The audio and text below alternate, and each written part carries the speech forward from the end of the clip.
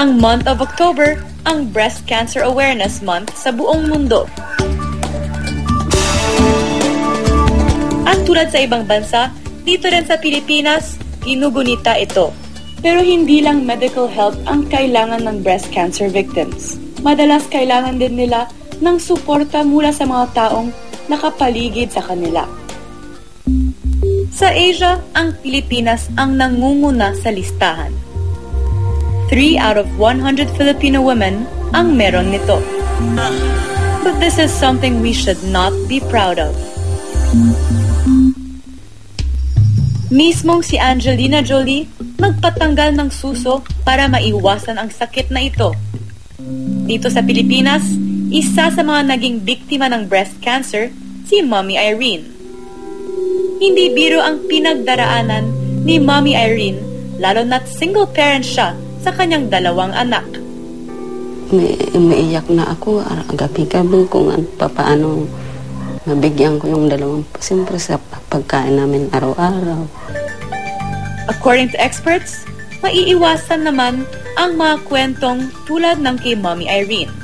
Before pa man magkaroon ng bukol minsan, through mammogram or ultrasound, nakikita na kagad kung may calcifications.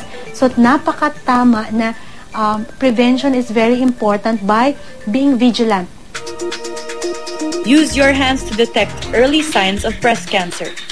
Mga signs, early signs ng mga bukol or breast lump.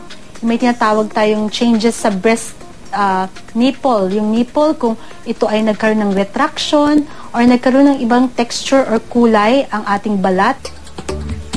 Dito sa atin, hindi pa raw masyadong kilala ang sakit na ito. Kaya naman ang ilan patuloy pa rin ang pagbibigay ng awareness tungkol sa breast cancer.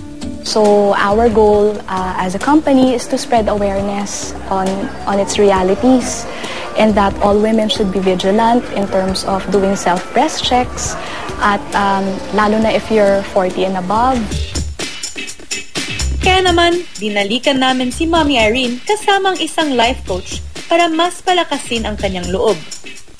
Napakahalaga po noon, no, na araw-araw kahit papano meron kayong napapagkwentuhan. So, subukan mo rin siguro na paminsan-minsan makikikapit bahay. Tsaka wag na wag mong kakalimutang maging masayahin to keep you busy. No? Learn something new each day. And remember, hindi lang inner peace ang kailangan para makasurvive sa sakit na ito. Huwag nating kalimutan, we need to try to look good pa rin.